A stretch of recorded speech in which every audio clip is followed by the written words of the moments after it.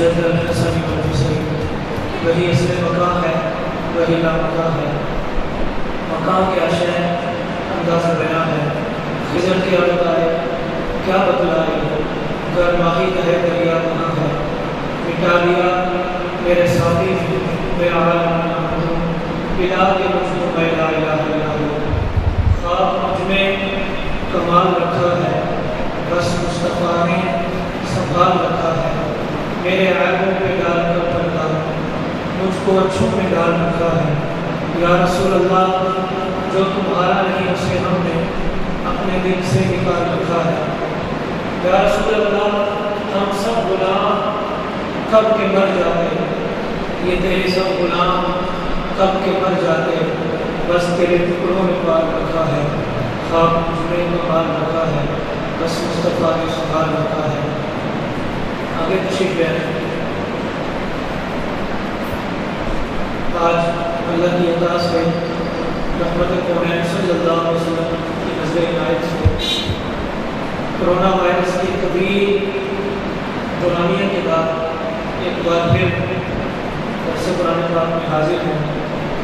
آخری درس قرآن پاک میں کافی تعداد میں لوگ شریک ہوئے تھے، لیکن چونکہ درمیان میں غیر ہوا اور درس ختم بھی ہے، انشاءاللہ اللہ پاک ہمیں سعادت عطا فرمائے، توفیق عطا فرمائے، سلسلے کو مزید بڑھاتے رہیں گے، مزید انشاءاللہ استقامت بڑی اعلیٰ چیز ہوتی ہے، اگر استقامت اگر کسی کے پاس ہو تو اس کو کسی چیز کی کمی نہیں ہوتی۔ بہرحال اللہ جنہوں نے یہ ایسے قرآن کی محفل میں تعاون کے ساتھ بالخصوص جن کی کاوش ہے، میری وہ نظموں کی زینت تو ہے لیکن نام لیے بغیر نام کے لیے دعا کرتا ہوں اللہ ان کو دین دنیا کی برکتیں عطا فرمائے، اور آپ سب کو بھی اللہ دین دنیا کی برکتوں سے عطا فرمائے۔ علماء موجود ہے، اللہ ان کا سایہ بھی تابع حیات قیامت قائم فرمائے، چونکہ ایک عالم دین کا سنانا تو اتنا کمال نہیں ہوتا، سننا بڑا کمال ہوتا ہے، کیونکہ سننے کا جگر بہت بڑا ہوتا ہے۔ پر اللہ عمل کرنے کی توفیق عطا فرمائے۔ 10 محرم کا دن ہے، دن گزر گیا، رات آ چکی ہے۔ اگر آج 1400 سال پہلے کی طرف نظر کریں، 10 محرم کا دن گزرا ہوگا، رات کا سماں پتہ ہوگا، اہل بیت کہ جو رفقا ہے آہوزانی ان کی بڑھتی جا رہی ہوگی۔ اللہ پاک نے ان پر جو آزمائش عطا فرمائی وہ حقیقت بات ہے کہ ان اللہ مع الصابرین، صبر کرنے والوں کے ساتھ اللہ ہے، بلکہ اس سے اگلے والی آیت میں اللہ نے جو کمال ارشاد فرمایا اولئک علیہم صلوات من ربہم ورحمۃ، یہاں پر تو لوگ یہ سوال کرتے ہیں کہ حضور پر درود بھیجنا یہ شرک بدعت ہو جاتا ہے، لیکن اللہ پاک نے تو کمال ارشاد فرمایا جو لوگ صبر کرتے ہیں، جب ان پر مصیبت آتی ہے، وہ مالی طور پر ہو، اولاد کے اعتبار سے ہو، پھلوں کی کمی کی وجہ سے ہو، دنیاوی مشکلات کی وجہ سے ہو، کسی بھی مشکل مرحلے کی وجہ سے ہو، جب وہ صبر کر لیتے ہیں تو اللہ ان کے ساتھ ہوتا ہے، پھر اللہ ان کو کیا کرتا ہے؟ فرماتا اولئک علیہم صلوات من ربہم ورحمہ، اللہ کی جانب سے ان پر درود بھی بھیجا جاتا ہے، اللہ کی رحمت بھی عطا کی جاتی ہے۔ یہ اللہ پاک نے عام لوگوں کو ارشاد فرمایا۔ نبی پاک صلی اللہ علیہ وسلم کی ذات تو بڑی اعلیٰ ہے، آل رسول تو بڑے اعلیٰ ہیں، بہرحال آل رسول صلی اللہ علیہ وسلم سے محبت کرنا یہ ایمان کی علامت نہیں بلکہ مکمل ایمان ہے۔ سنی ذرہ برابر بھی ایک لمحے کے لیے بھی اہل بیت کی ذات پر کمپرومائز نہیں کر سکتا، ایک لمحے کے لیے بھی، لیکن یہاں پر یہ بھی بات کرتا جانا سنی جہاں پر اہل بیت کی ذات پر ایک لمحے کے لیے کمپرومائز نہیں کرتا، اسی کے ساتھ ساتھ سنی صحابہ کی ذات پر بھی کمپرومائز نہیں کرتا، یہ بھی بات ہے۔ الحمدللہ سنی یہ نہیں کہتا کہ ایک سائڈ پہ چلے جاؤ دوسری سائڈ کو چھوڑ دو، یا ایک کی ذات کا اقرار کر لو دوسری کا انکار کر دو، ایک کی صفتیں بیان کرو دوسری کی صفتیں کو چھوڑ دو۔ ہم کہتے ہیں اللہ کا کرم ہے جہاں پر فرمایا گیا یہ بات حق ہے کہ مولا علی شیر خدا سے نفرت منافی کی ہی کرتا ہے،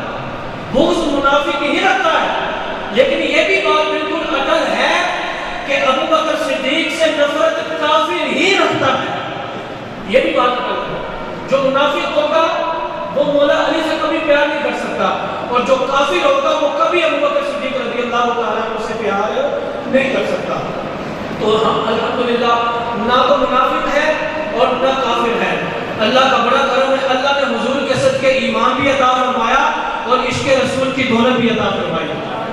یہ قرآن عظیم حمید میں تو اللہ نے ارشاد فرمایا آل رسول کے بارے میں, قل لا اسألکم علیہ اجرا الا المودۃ فی القربى, اے محبوب ان کو فرما دو میں تم سے کچھ طلب نہیں کرتا, ایک چیز مانگتا ہوں وہ یہ الا المودۃ فی القربى, میری آل سے پیار کرتے رہنا, میری آل سے محبت کرتے رہنا. تو یہ تو قرآن کا حکم ہے, لیکن حضور صلی اللہ علیہ وسلم نے اپنی آل سے محبت کر کے دکھائی. وہ کیسے؟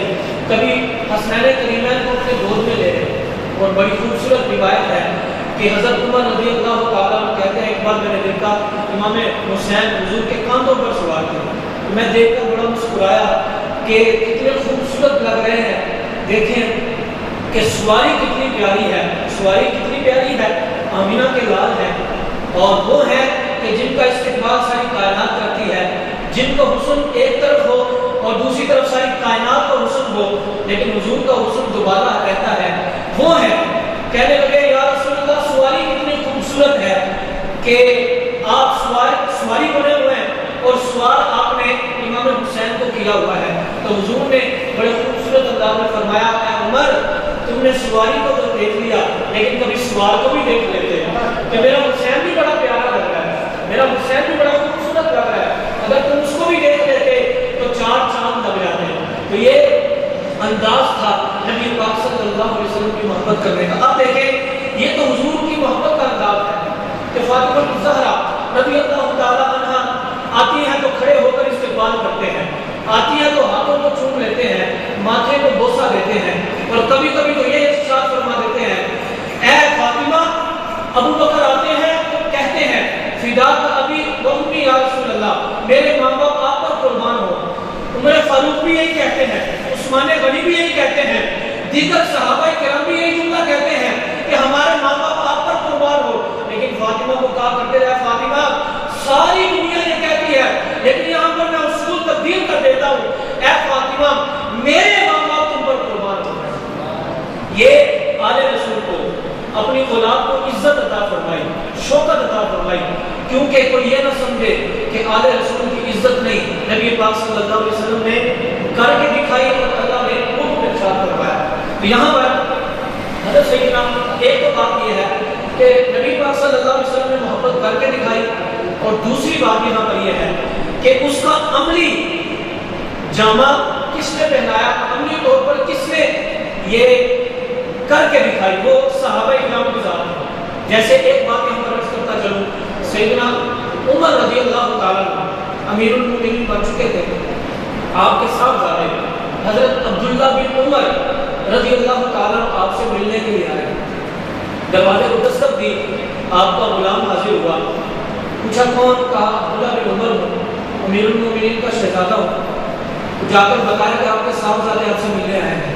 فرمانے لگے جاؤ کہہ دو کہ میں نے ملنا نہیں, ابھی میں مصروف ہوں. جب وہ دروازے کو دستک دے رہے تھے اتنے میں امام حسن اور حسین بھی آئے تھے, وہ بھی ملنا چاہتے تھے. جب انہوں نے غلام کی بات سنی کہ حضرت عمر کہہ رہے ہیں کہ میں نے ملنا نہیں, میرے پاس ٹائم نہیں, ابھی میں مصروف ہوں, تو امام حسن حسین نے سنا, وہ بھی واپس چلے گئے. تھوڑی دیر کے بعد جب حضرت عمر کو پتہ چلا کہ کون آیا تھا, کہتے صاحبزادے آئے تھے, ساتھ شہزادگان رسول صلی اللہ علیہ وسلم بھی آئے تھے. تو تڑپ اٹھے, وہ جو حضور کو دیکھا تھا نا امام حسن حسین کو پیار کرتے ہوئے, وہ نور جگمگایا, تڑپ اٹھے, فوراً اٹھے اور امام حسن حسین کے پاس چلے گئے. جا کر کہتے ہیں شہزادگان رسول صلی اللہ علیہ وسلم آپ واپس کیوں آئے؟ تو کہنے لگے جب آپ نے اپنے بیٹے کو آنے کی اجازت نہیں دی تو ہم تو آپ کے بیٹے نہیں بنے, ہمارا تو آپ سے رشتہ نہیں, رشتے داری نہیں. فرمانے لگے اپنا امامہ اتار دو, امام حسن حسین کے قدموں پر رکھ دیا. فرمانے لگے اے حسن حسین تم یہ بات کرتے ہو کہ بیٹے سے ملاقات نہیں کی, تم حکم کرو عمر تو کیا عمر کے سر کے بال بھی آ گئے, کیونکہ آپ کوئی اور نہیں, آپ خون رسول ہیں, فاطمہ کے لال ہیں. میں نے خود دیکھا ہے کہ حضور صلی اللہ علیہ وسلم آپ سے بڑا پیار کیا کرتے تھے، آپ حکم فرمائیے۔ یہ انداز تھا ہمارے صحابہ کرام کا۔ لیکن ایک سوچی سمجھی سازش کے تحت لوگوں نے یہ مشہور کیا کہ صحابہ کرام اہل بیت سے محبت نہیں کرتے تھے، ان کا قرب نہیں تھا۔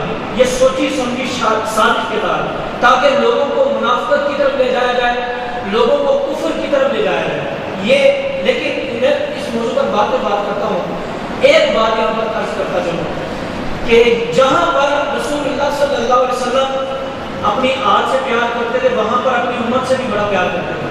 جہاں پر حضرت فاطمہ بھی حضور کو دیکھ کر اپنی امت سے بڑا پیار کرتے ہیں، وہ کیسے؟ امام حسن کہتے ہیں کہ ایک بار میں نے دیکھا کہ میری والدہ محترمہ حضرت فاطمہ، آپ کے بارے میں یہ معمول تھا اور مشہور بھی ہے کہ عشاء کی نماز پڑھنے کے بعد آپ نماز کے لیے کھڑی ہو جاتی اور فجر تک عبادت کرتی رہتی، اور جب فجر کی اذان ہونے لگتی تو یہ جملہ کہا کرتی تھی محبت میں، یہ ہم نہیں کہہ سکتے، یہ قرب والے ہی کہہ سکتے ہیں، کہا کرتی تھی اللہ تیری رات اتنی چھوٹی ہوگی کہ فاطمہ کا سجدہ بھی پورا نہ ہوگا۔ امام حسن کہتے ہیں ایک بار میں نے دیکھا میری والدہ بڑا رو رہی تھی، رو رو کر ایک دعا کر رہی تھی، وہ کیا؟ وہ کہہ رہے کہ اللہ میرے بابا جان کی امت کی بخشش کرتا ہوں، یہ دعا کر رہی ہے۔ میں نے بار بار دیکھا میری والدہ محترمہ رو رہی ہے مسلسل۔ تھوڑی دیر کے بعد میں نے ہاتھ لگایا، میں نے کہا اماں جان بس کر دیں، بس کر دیں۔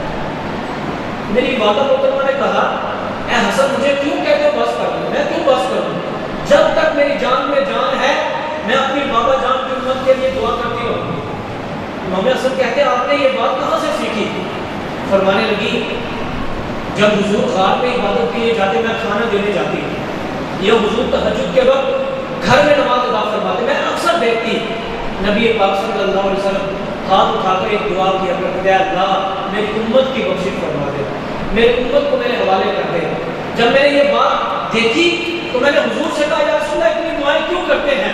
تو حضور ایک جملہ ارشاد فرماتے اے فاطمہ دنیا کے اندر اگر میں سب سے زیادہ کسی سے پیار کرتا ہوں تو وہ اپنی امت سے پیار کرتا ہوں۔ تو جب میں نے یہ بات دیکھی تو پھر میں نے یہ ذہن بنا لیا جب تک اللہ نے مجھے زندگی عطا فرمائی ہے میں دعا کرتی ہوں کہ اللہ حضور کی امت کو جہنم سے دور فرما دے، حضور کی امت کی بخشش فرما دے، حضور کی امت کو جو ہے اپنی رحمت عطا فرما دے، میں دعا کرتی رہوں گی۔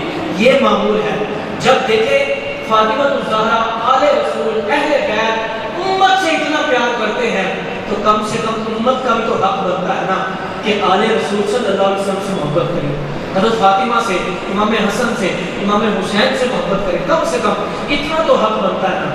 یہ اگر یہ بھی حق نہیں ہم جانتے تو پھر ہمارا زندہ رہنا یہ فائدہ مند نہیں ہے، کیونکہ اہل بیت سے محبت کرنا ایمان کی علامت نہیں بلکہ مکمل ایمان ہے، اور مکمل ایمان اسی وقت ہوتا ہے جب بندہ اس بات کو پورا کرے اور اپنے آپ پر اپنائے عملی طور پر۔ آج ہمارے لیے لمحہ فکریہ ہے، ہم کسی سے پوچھے نا امام حسین سے پیار کرتے ہو، ہاں شاید گلی سے گزرنے والا ہم سے زیادہ بڑا نعرہ لگائے میں حسینی ہوں۔ جب اس سے پوچھا جائے بھائی تو حسینی ہے تو کم سے کم اذان کا وقت ہوتا ہے نماز تو پڑھ لیا۔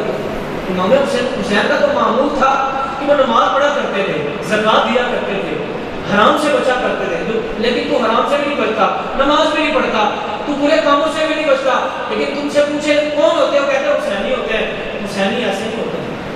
یزید کے ساتھ جنگ کیا تھی، جھگڑا کیا تھا؟ جھگڑا اسی بات کا تھا کہ وہ شرابی تھا، وہ حرام کام کرتا تھا، زنا والے اعمال کرتا تھا، اللہ کو ناراض کرنے والے کام کرتا تھا۔ امام حسین کہتے ہیں نا نا نا اس پر سمجھوتا نہیں ہو سکتا، جو شرابی ہوگا میں اس کے ہاتھ پر بیعت نہیں کروں گا، جو زانی ہوگا میں اس کے ہاتھ پر بیعت نہیں کروں گا، جو حرام کام کرے گا، سود خوری کرے گا، جو بہن بھائی کی شادی کروا دے گا میں اس کے ہاتھ پر بیعت نہیں کروں گا۔ یہ میں بھی سوچوں آپ بھی سوچیں، کیا آج میں اور آپ کیا اس کے ہاتھ پر ہم نے بیعت تو نہیں کرنی کہ جو شرابی ہو یا جو زانی ہو، جو حرام کام کرتا ہو، جو گستاخان رسول کو آزاد کرتا ہو؟ کیا تھوڑا سا سوچیں، گیروان میں جھنکے، یہ کوئی سیاسی بات نہیں، یہ حقیقت میں مذہبی بات ہے۔ اگر سیاسی بات ہوتی تو امام حسین کبھی بھی میدان عمل میں آتے، کبھی بھی میدان عمل میں آ کر اپنے آپ کو قربان نہ کرتے، نہ اپنے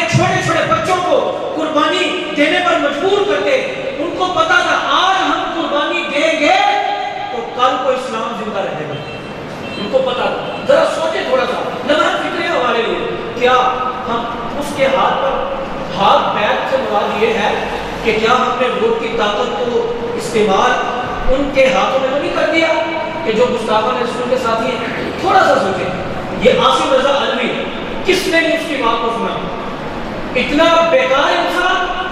میرے امام اہل سنت شاہ امام محمد رضا خان بریلوی رحمۃ اللہ علیہ فرماتے سیدنا امیر معاویہ رضی اللہ تعالیٰ عنہ کے لیے فرماتے جو امیر معاویہ کے لیے بھوکے وہ جہنمی کتوں میں سے ایک کتا ہے. تو مجھے بتائیں یہ امیر معاویہ تو بڑی دور کی بات ہے. جو بندہ ابو بکر صدیق رضی اللہ تعالیٰ عنہ کی ذات پر بھوکے وہ عام کتوں میں سے کتا نہیں بلکہ وہ کتوں کا سردار ہو جاتا ہے. پھر لوگ کہتے ہیں مولوی سخت زبان استعمال کرتے ہیں. میرے بھائی مجھے بتا اس سے سخت زبان ہو سکتی ہے کہ ایک بندہ ابو بکر صدیق کو کافر کہے؟ یہ کوئی ہلکی زبان؟ یہ کوئی ہلکی زبان؟ سوچیں جب ابو بکر صدیق رضی اللہ تعالیٰ عنہ مومن نہیں نا تو پھر میں بھی مومن نہیں، آپ بھی مومن نہیں، پھر کوئی مومن بچتا ہی نہیں. کیونکہ وہ والسابقون الاولون ہے، سب سے پہلے ایمان لانے والے ہیں.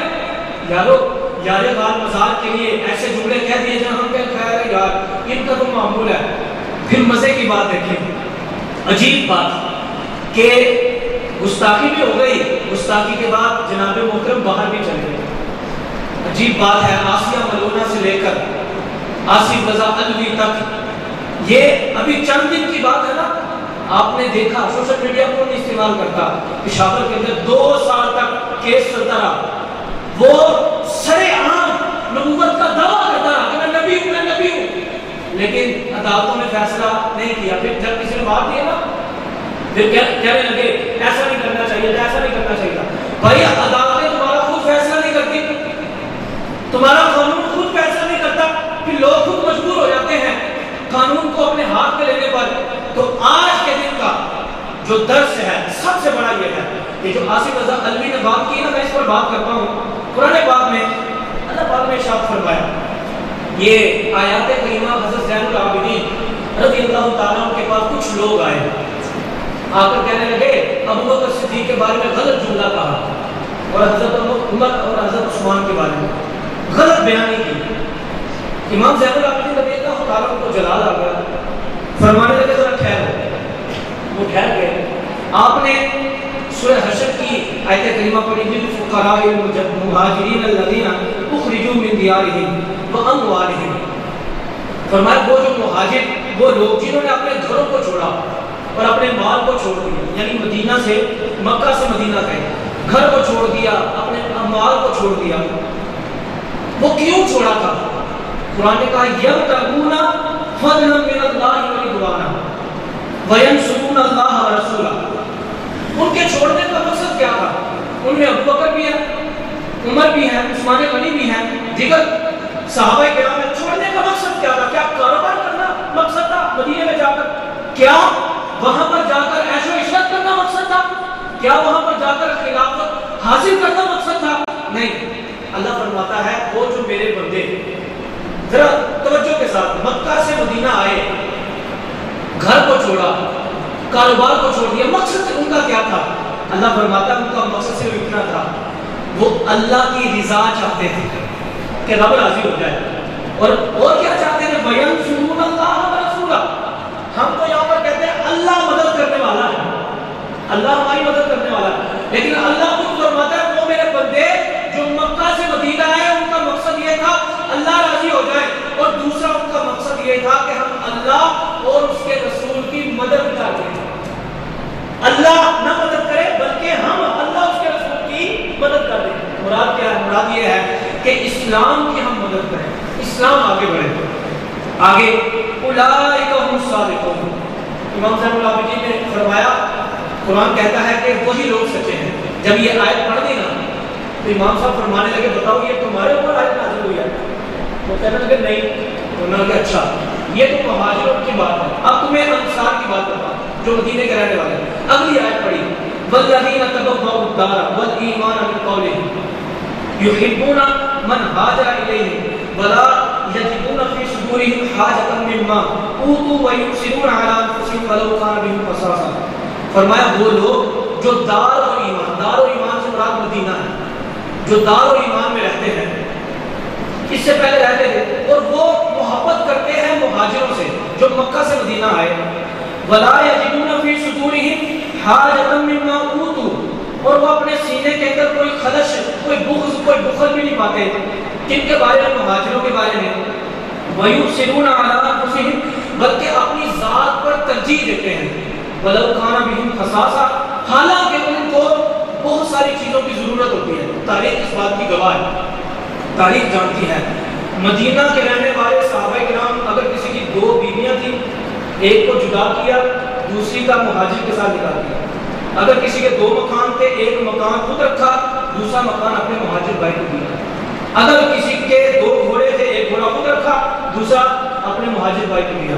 تو یہاں پر اللہ فرماتا ہے وَمَن يُوقَ شُحَّ نَفْسِهِ فَأُولَٰئِكَ هُمُ الْمُفْلِحُونَ، انہوں نے اپنے نفس میں کوئی حرص، لالچ نہیں چاہا، یہی لوگ بامراد ہیں۔ جب یہ آیت پڑھ لی، فرمانے لگے یہ تمہارے اوپر نازل ہوئے، وہ کہنے لگے نہیں، فرمانے لگے نہ تم پر مہاجر والی آیت نازل ہوئی، نہ تم پر انصار والی آیت نازل ہوئی، اور تم ان لوگوں کے بارے میں بکواس کرتے ہو، ابو بکر صدیق، عمر فاروق، عثمان غنی رضی اللہ تعالیٰ عنہ، جو والسابقون الاولون میں شامل ہوتے ہیں، اور وہ لوگ ہیں جن کے ایمان کی گواہی قرآن نے دی۔ وہ کس طرح؟ اگلی آیت میں ارشاد فرمایا اب میں تم کو حکم لگاتا ہوں، امام صاحب فرمانے دے لوگوں کو اب میں تم پر حکم لگاتا ہوں۔ وہ کیسے؟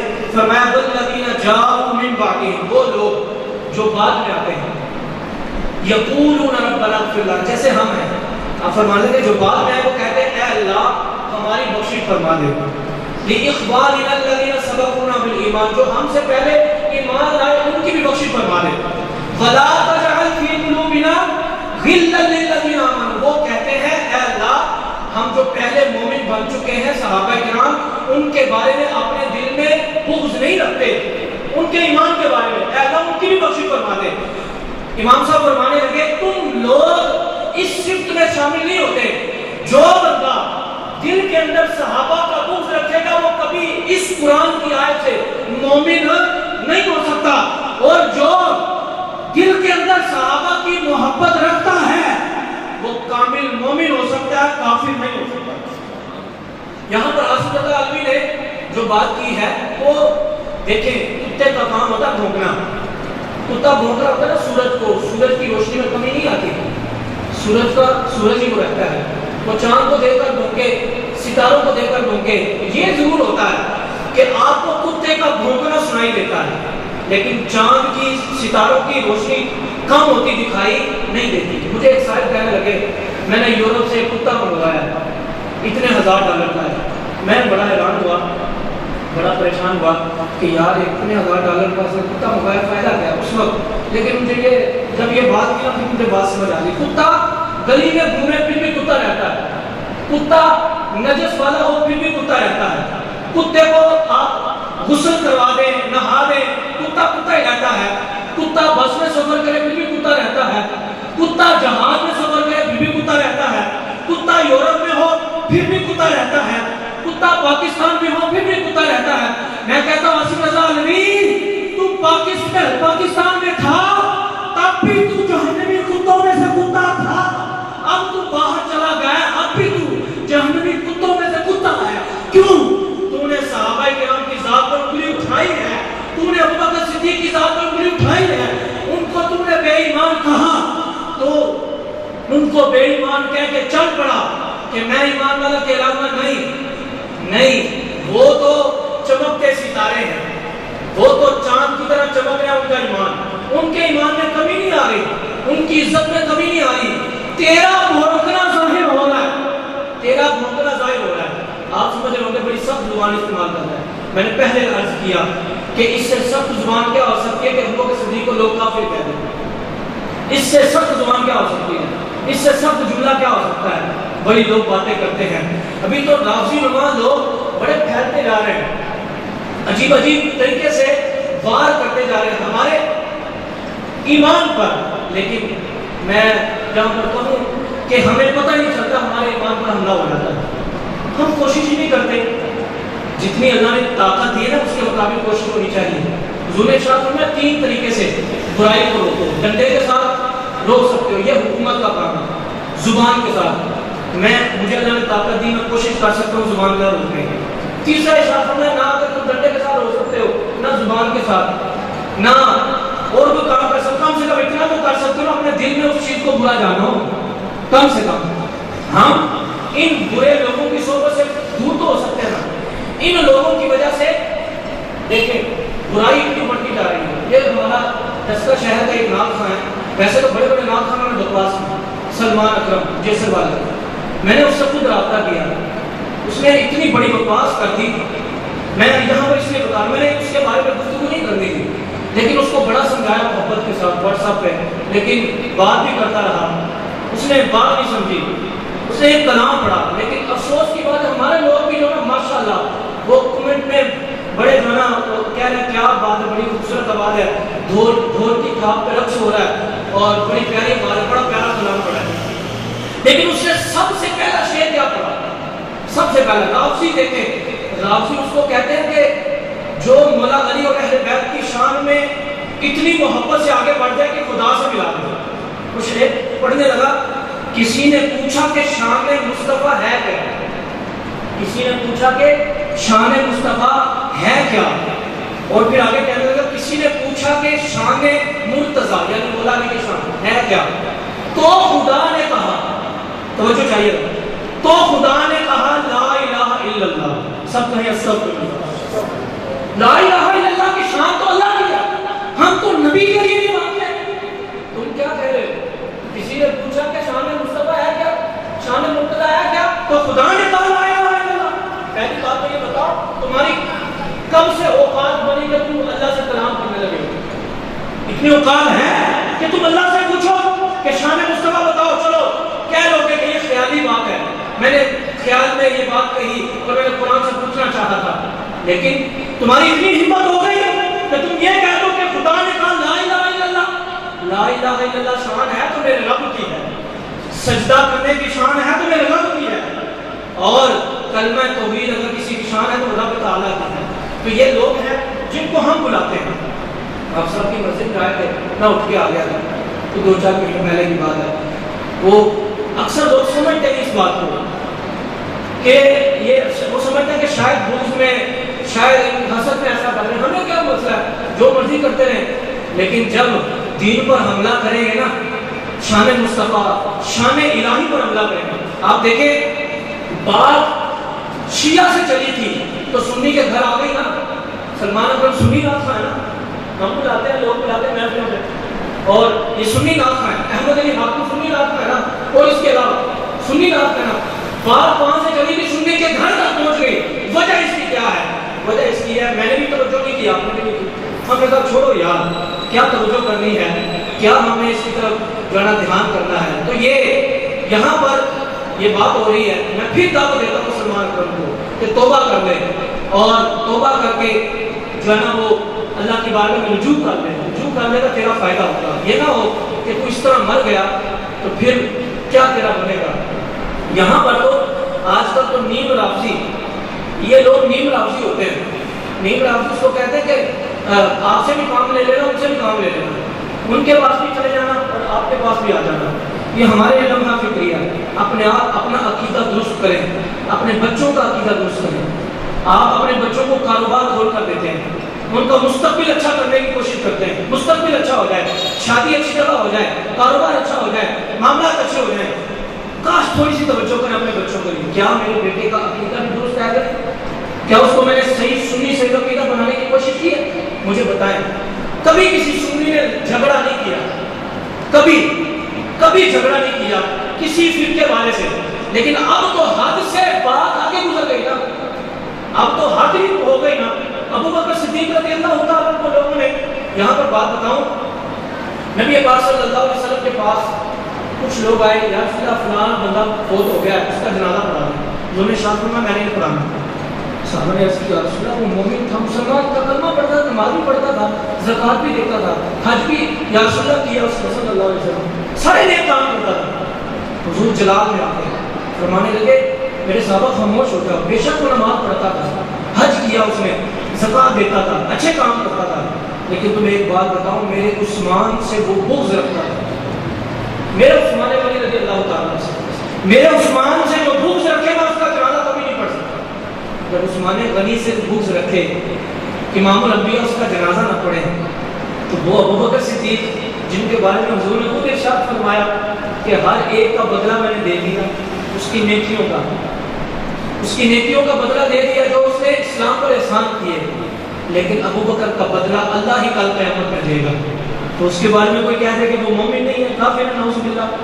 میں آپ کو پتہ کی بات یہ بھی بتا دوں، 4 محرم کو آصف رضا علوی نے اسلام آباد میں بکواس کی تھی، شاید آپ کے علم میں ہو، 1 محرم سے لے کے 3 محرم تک آپ کے ڈسکا میں وہ بکواس کرتا رہا، شاید کسی کو پتا ہو۔ اور 1 محرم کو اس نے ابوبکر صدیق کی شان میں آپ کے شہر میں بکواس کی۔